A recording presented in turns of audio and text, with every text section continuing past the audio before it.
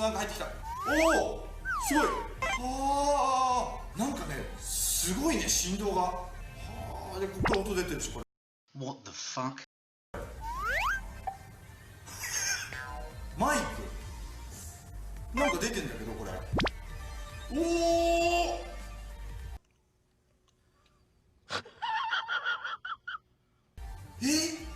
声に反応すんのすごいね。ああ、最近です。すげえこれ。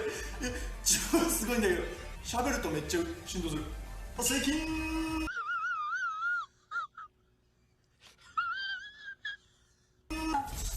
おお。なんでなんかこういう風になってるのコントローラー。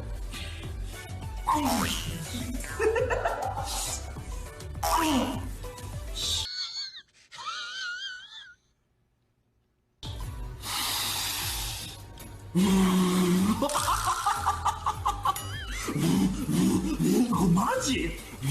ここ。 What a piece of shit. So we finally kind of sorta seen a bit more details about the PS5. They've given it out to just only Japanese YouTubers and influencers, which is a bit odd. They seem to avoid giving it to anyone else, any independent analysts or anything. They've just given it to the specific people, and they've only been given a very short specific time with it. Unlike sort of what Xbox have, they've been a lot more clearer there. For all intents and purposes, a preview unit, I am able to show you guys quick resume and a little bit of the UI. I'll make a video about that in the next couple of days. But generally speaking, my broader impressions are under embargo. Can't tell you the embargo date yet, but I will likely have more coverage up on this channel soon. I'm allowed to show you the thing, obviously. Seriously, shout out to the top. Like, I've seen this in photos, but it is really cool. Like the way that, anyway, I'm not allowed to talk about much more than that yet. But yes, this video basically exists so that you guys can ask me any questions that you have about it, anything that you really specifically want to know. And when that preview embargo is up, I can do my best to get through pretty much all of those questions. Kind of similar to how I've done videos with Ghost of Tsushima all in the last. Technically, this is not final hardware for the Xbox Series X. However, considering that it works and it is fully functional, we're just gonna say that it's close enough for right now. Oops, that's not supposed to be here. We're just gonna censor this. This doesn't exist. Let's take a little bit of a closer look at. So, first of all, it is dense. So I actually don't know how much it weighs, but it is, it's not light. The Series X is 4.4 kilos, or in freedom units, 9 pounds, 13 ounces. It's like a baby, a big, heavy baby. So you'll see that it is significantly thicker, but when you actually look at it, it doesn't actually take up that much more space. It's more just sort of the footprint than anything else. So I can confirm that the Series X is in fact the thickest Xbox of all time. So if we take a quick look around the Series X, you'll see that it is very similar to that dummy model that we unboxed a little while ago. So we have our Blu-ray drive up front, as well as our console pair button, a USB-A port, as well as the power button.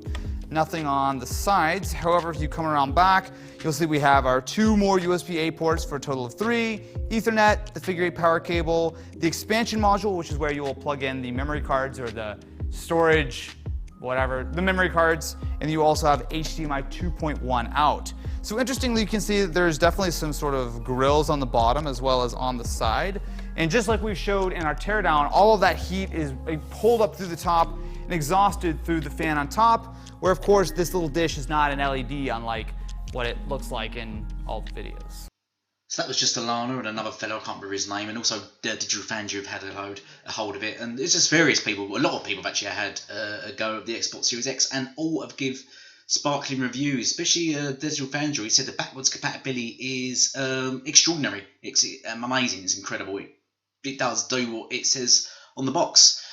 PS5 though, there's still been smoke and mirrors. They're still been very, very secretive about their console. The odd thing, firstly, I spotted, or you maybe some of you can explain this, is the cabling. If you let's look down to the cabling, ooh, this is be 3 cables leading out of it. So we've got power, I suppose we've got the HDMI, and then something else coming out the back of it. So it has 3 cables, which is odd. as I said here, these limited PS5 previews don't answer all the questions we still have around the PS5, and we're hoping Sony will start providing some answers soon. We're still waiting to hear about the PS5 dashboard, how you use expandable storage in the console, and just how well Sony's backwards compatibility for PS4 games work to PS5. We've also don't know anything about the cooling system. We've not seen what ports or anything it has. We've not seen much. And the odd thing is, the only games they showed on it as well were Astro's Playroom, which we know is like a tech demo for the controller, and Godfall. And Balan Wonderworld. It's odd we've not seen Spider-Man running on the game, for Christ's sake. Ratchet and Clank or Demon Souls. Why did they not allow them games to be played on the PS5? Which is very odd. Why are you going to give your console to someone to try out? Show off these games, show off the console, but not put the two together.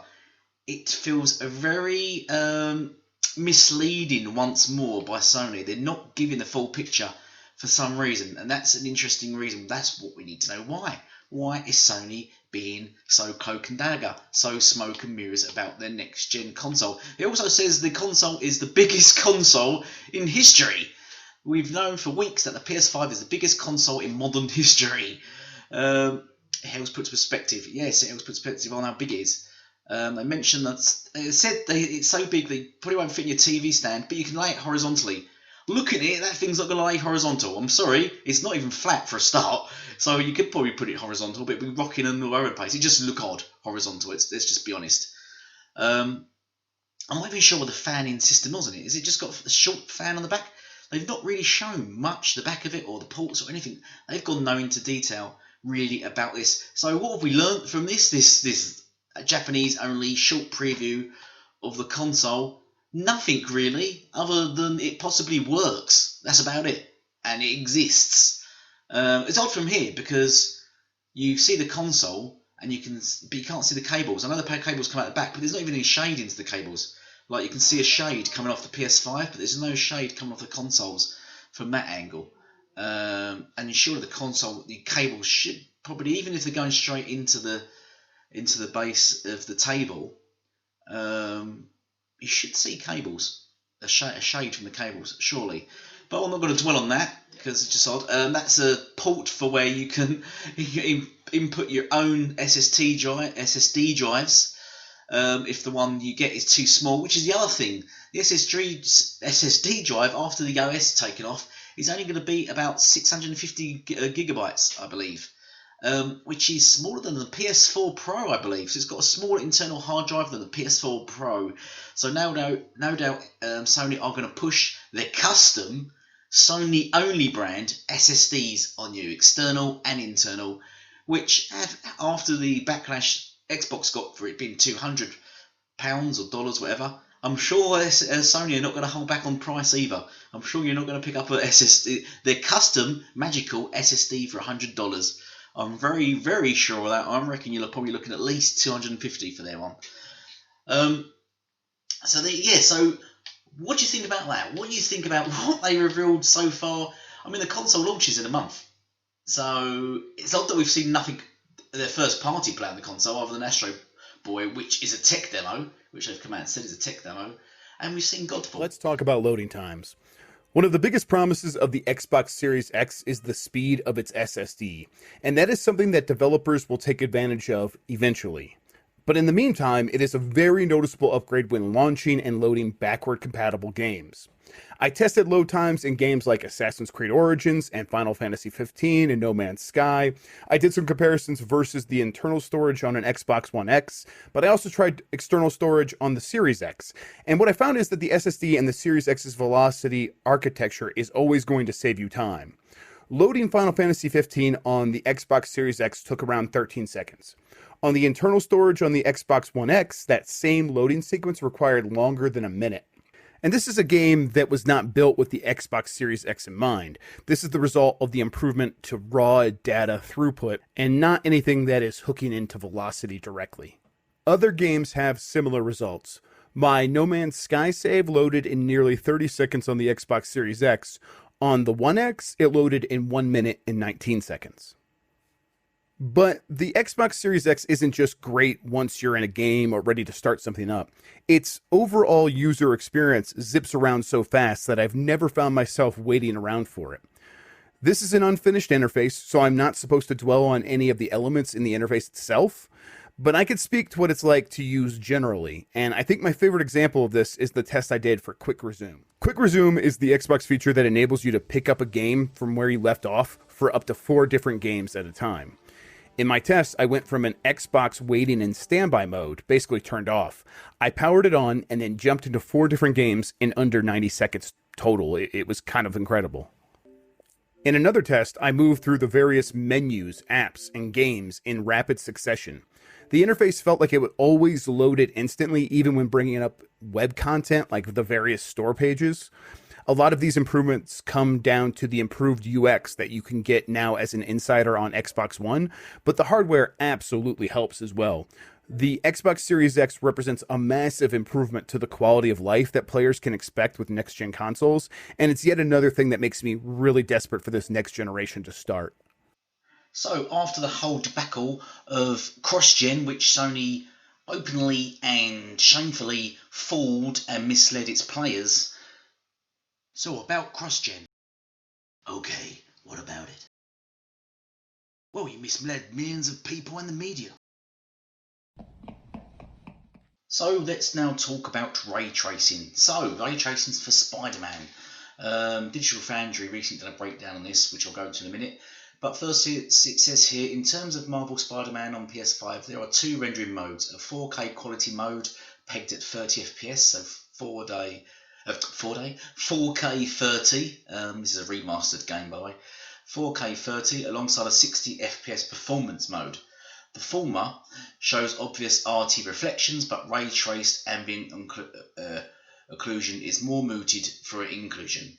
This is harder to identify in screenshots or in video. I guess that's why Insomniac released a picture instead of showing footage back in August during the whole, this game will be exclusive, it won't be cross-gen, honest. There's disappointment firstly with the resolution and quality of the ray traced reflections in Spider-Man, which at a cursory glance looks like quarter resolution perhaps, but they are filtered so it's difficult and hard to count. That would be 1080p reflections where the rest of the image would be 4K.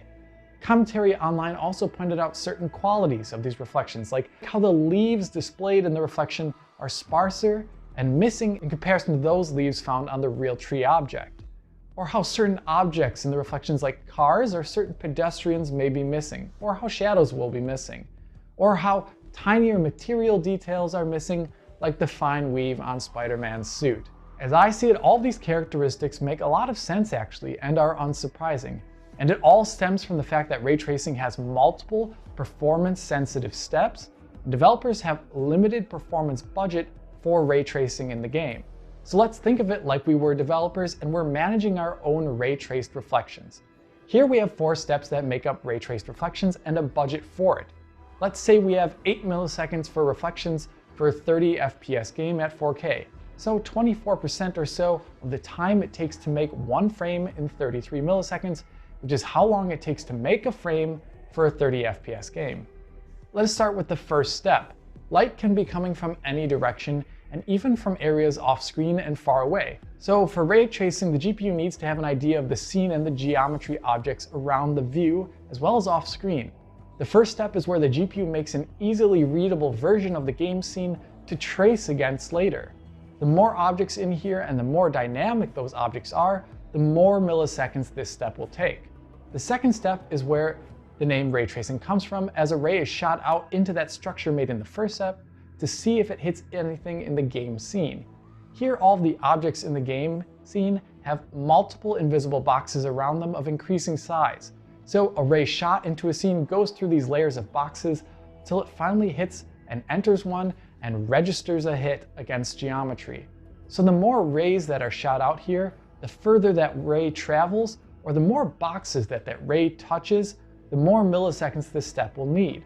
This is the part of the ray tracing pipeline that is now hardware accelerated on consoles and PC. The next step in this pipeline does something with that result from step 2, where a hit was registered perhaps. Simply put, this means shading the hit or choosing the color of a pixel. So like choosing the proper color for a part of a reflection.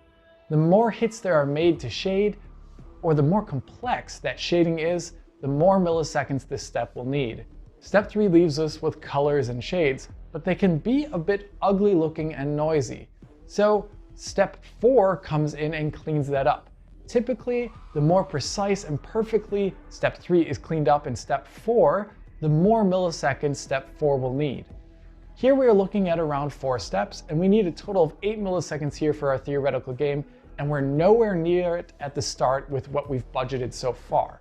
So we have to go in and tweak aspects of these reflections to reduce the cost overall, as well as make sure our reflections still look good and fit our game design. This can mean cuts in quality in some areas, but specific boosts in quality in others. One of the first optimizations we could and should do would be to reduce the resolution of the ray traced effect. This would limit the amount of rays shot out and reduce the time needed for steps 2 and 3. So like you see in the Spider-Man screenshot here, where the reflection almost looks quarter resolution of the screen. This optimization is not just something that is done for console GPUs, but applies to all GPUs, as ray tracing is incredibly expensive. Take this shot here from the Ghost Runner demo, where I have only turned on ray traced reflections at 4K on an RTX 2060 Super. Now there are some differences here, as Unreal Engine 4 uses a method of ray traced reflections that is a bit more expensive and more physically accurate than what we may see in Spider-Man. But there is a point to be made here. The RTX 2060 Super performs similar to an RTX 2070 and has the same amount of bandwidth for its video RAM as the PS5 does to its system memory. It also has 8 GB of VRAM. This GPU most likely will end up being a great point of comparison to the GPU in the PS5. At 4K rendering resolution and native resolution reflections in this scene, where the amount of ray traced reflections on the screen is small since it's a small puddle, the GPU is just barely hitting 30 FPS at full 4K with full resolution reflections. If there was more action on screen, and not just me staring at the floor here, this would definitely be under 30 FPS. Here, reducing the axis resolution of ray tracing by 50% and thereby quartering the total resolution to 1080p increases performance by around 27%, leaving a lot of headroom for the GPU to be running above 30 FPS, so more could happen on screen then. In other scenes, I can see more dramatic results, like here outside in the rain, as this surface is utilizing ray trace reflections and takes up nearly the entire screen. In this case, native 4K resolution reflections are at 21 FPS and not at all playable. Quartering the resolution though to 1080p increases the frame rate by 58% and brings up the FPS to 33, and thus it's good enough for a 30 FPS game target like we see on Spider-Man on the PS5. So on a GPU of similar caliber to that found in the PS5, using lower resolution ray traced reflections is necessary so that 30 FPS can be hit consistently when outputting 4K resolution. It makes a lot of sense then why a game like Spider-Man on PS5 would use lower resolution reflections to reduce the costs of ray tracing parts in that pipeline. Going back to our theoretical example, we reduced the reflection resolution and it made step 2 and 3 take less time, but we're still over budget. So let's try and reduce step 1 by reducing the dynamism or the amount of objects to be ray traced against. This can be seen in Spider-Man, where certain dynamic objects could be missing from reflections, like here in this gameplay video for Miles Morales, where tons of characters are on screen and you can occasionally see that some of these characters are missing in the reflections, like this character here. From other developers, we know that many characters on screen can be expensive for this step in the pipeline. For example, certain scenes in Metro Exodus with a lot of characters cost more than 4 milliseconds on an RTX 2080 Ti. That would be half of our budget in our theoretical example, so it can be quite expensive indeed. So having reduced the amount of dynamic objects that can be included in ray tracing, step 1 is faster, and our budget is now intact at 8 milliseconds. But we go back in game and we're unhappy with the way it looks actually. For example, let's pretend this scene here from Battlefield 5 is our theoretical Spider-Man-like game, and I'm swinging near some buildings and I keep seeing distracting pop-in the reflections, just like how I see buildings popping in and out of the reflections here in Battlefield 5. Notice how the buildings disappear from the reflections. I do not like this, so I want to turn up the distance at which rays shoot out in step 2, and also increase the range at which objects are included into the structure for step 1. Going back to our shot from Spider-Man on PS5, we can see that objects are included in the reflections that are very far away. It would probably be very distracting if large parts of the skyline that are far away were missing in reflections or were constantly disappearing in and out of them. So if they're turning up the quality here for this aspect and including buildings far away from the reflection source and also increasing the distance at which rays travel, it also makes sense that they would have to turn down other aspects of quality to make up for that. Let's go back to our theoretical budget again. We've now increased the distance and made faraway objects show in reflections, which makes step 1 and 2 take more time. So we're back to being over budget again. So here we need to go back in and make some more strategic cuts. And I think to step 2 to bring us back to 8 milliseconds. So let's come back to that screenshot again. In the reflection on the building, you can see how the leaves in the reflection are sparser and missing in comparison to how they look in the real world next to the reflection. Leaves in games are classified as transparent. The same for particle effects. Transparent objects make step 2 in our theoretical example take more time. We know this from our experience in Battlefield 5 actually, where particles and reflections make some scenes extremely expensive. It's also why we at Digital Foundry use this campaign map for our GPU benchmarks, as all those trees and leaves are transparencies and are rendered into the reflections and are very expensive. So coming back to Spider-Man here, we can reduce the amount of leaves on the trees and the reflections to make the time for step 2 to go down. We can also make it so particle effects are not included in reflections like you see here, where puffs of smoke in Miles Morales are not included in the reflection. And we go back to our budget chart and we're just about there, but we're still a tiny bit over budget. So I think one last optimization can be made in step 3 where we shade. Let's go back again to that screenshot.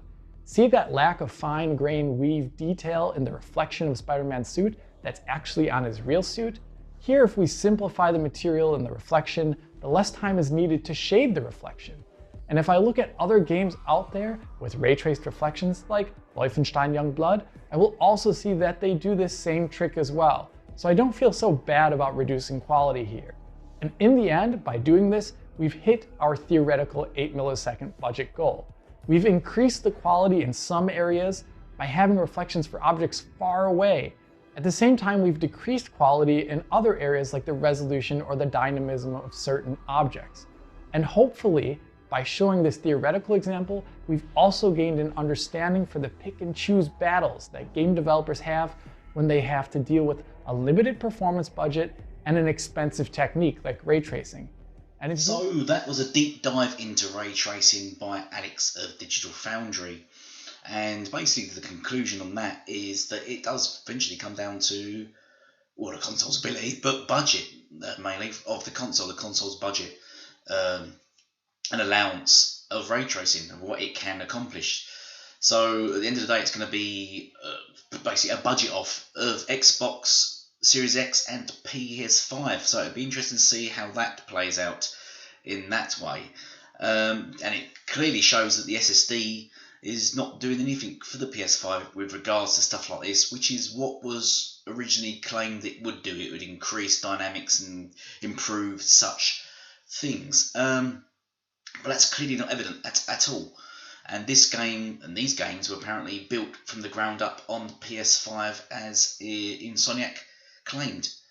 And so to continue and or conclude on this, I mean, there's this statement a while back that the Xbox Series X, looking at the details and specs of both, will be 20 to 30% more powerful than the PS5. And so far, a lot of things are sort of ringing true on that claim. Because I'm not seeing anything that is putting anything in the PS5's favour. And this is mainly due to Sony still being smoke and mirrors, still being very conservative about their PS5. They still won't give it to any independent developers or anyone to look at, or anyone to really look at other than the Japanese market. So what's up with the PS5? What do you mean? Well, you're not letting any independent analysis look at it. Why is that? Low. And of course, in retaliation, this come out. So multiple reports suggest Xbox Series X runs hot, really hot, Microsoft's new console may be whisper quiet, but you can heat your flat with it. So they've given their console to some journalists. I'd just like to add, not gamers, but journalists. I don't know why we give shit to journalists, because they have no clue about gaming or anything. They just write for clicks, basically. This is why I don't like Metacritic. So if you're considering hiding your Xbox Series X console in a TV cabinet, think again. No, why would I hide it in a TV cabinet? What use would it be to me in a TV cabinet? What the hell? So as VGC reports, you wouldn't hide your PC in a TV cabinet. You wouldn't put a PC into a TV cabinet. This is what people need to get around now. We're getting to a new era of gaming now, to console gaming now. They're getting closer to PCs. Well, the Xbox Series X is anyway, and it's starting to resemble PC for good reason. It's basically more power. It needs to release heat. That's the way it's shaped, the way it is. So you wouldn't put a PC into a cabinet. You wouldn't do that. A base unit, you wouldn't do that. As VGC reports, Microsoft has allowed some journalists to get hands-on time with the Xbox Series X console ahead of its launch in November. There's universal praise for just how quiet the console is, especially compared to the current gen consoles, which is incredible because my Xbox X is silent. So it's going to be more silent than silent, which is incredible. All these people didn't play the Xbox X. However, what nobody was expecting is just how hot the Series X runs. I was expecting it because it's a very powerful console / PC, and they get hot. PCs get hot. This is why you need fans, a lot of fans, in your PC. So I was expecting it. I think anyone in the gaming world was expecting these things to heat up. The Series X is significantly smaller than the PlayStation 5, yep, but Microsoft came up with a very neat design relying on basically a single fan that blows all the hot heat generated out the top, because heat rises and then it just sucks it out and blows it out. It's a design that works. Basically, it works well. Yes, it does. Microsoft really thought about this. They've been developing this thing since 2017, I believe. But based on reports by Duke's Video's Ken Bogard, which is now inaccessible, he's deleted it. The Series X is hot, like really hot. It doesn't make any noise, but damn, it's hot. The console is emitting heat like crazy. It's almost like a fireplace shaft you can heat up your flat with. Yes, it's going to be hot. I think you're massively exaggerating it. It's probably why you deleted your post. You're massively exaggerating it. And as one journalist says, it's hot at the top. It seems to have a lot of hair blowing out, a lot of hot air blowing out the top. Yes, that's what it's supposed to do. It's got a fan at the top of it, and it's meant to blow the hot air out the top of it. It's just like I have smoke coming out of my chimney. What's that about? Well, that's what a chimney does. It's like the same as the Xbox. Air is meant to leave the console through the top. It's not rocket science, but then you're journalists, you're not gamers. You would not just grasp this basic method. Giant Bomb co-host Jeff Bacalacala also commented on the heat during the Giant podcast. He goes in and says it's hot even when it's just in standby mode. And the expansion card is hot. Yes, if you touch your expansion card, your external drives on your consoles, touch them now. They are hot. They are hot to touch. Yes. Is it affecting anything? No. That's what the rest of the cooling system and everything's for. The whole process of it. As long as it doesn't, it's not going to affect the hardware. It doesn't affect the hardware, and there's no reports that it's affecting the hardware in any way. And in fact, all the reports coming from gamers that I've shown, none of them have mentioned the heating issue.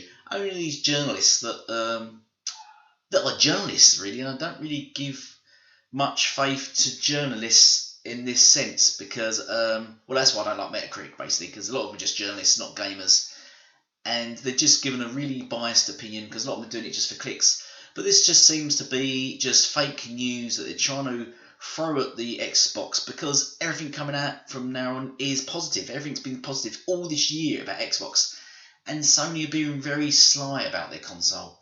As I've shown and as I've said, they're just being a bit evasive about the console. They're still not giving their console to these people, so we don't even know. So before you start, do not go, it's overheating. But I would not do that because the PS5 has not even been tested by anyone yet, and we're here. So I'm going to have receipts for you people that come at me saying, "No, see the Xbox Series X overheating," because the moment PS5 launches, it overheats. be sure I will post it and post your comments below outing you. Microsoft wouldn't launch a console that overheats itself, but anyone who has... Oh, yeah, so go on to say that there are two things to consider when reading the comments above. The first is that these are pre-release Xbox Series X consoles being tested, which may not be the final hardware, which is one of the guys in my clip said. It's not the final product. It's not the console. It's not the... Well, I should say not the retail version they're getting. Although that seems unlikely. More worryingly, the games being played are producing so much heat are backwards compatible games. Yes, they're probably working overtime backwards compatibility because their smart delivery is kicking in that brings all the resolution, everything up. Microsoft wouldn't launch a console that overheats itself, but anyone who has one on pre-order or is considering a purchase should keep in mind that the Xbox Series X is going to run hot. See, they're already trying to put you off the pre-orders. Before you pre-order it, just bear in mind it runs hot, and position it in open air with plenty of ventilation. But see, they're just really mixing up, making fake New Year. Yes, you're gonna put it in open air. I don't know what put it outside. What's open air mean? Maybe you should put it in a bucket of water. They should consider. Put your console in a bucket of water and play it. Yes, with plenty of ventilation.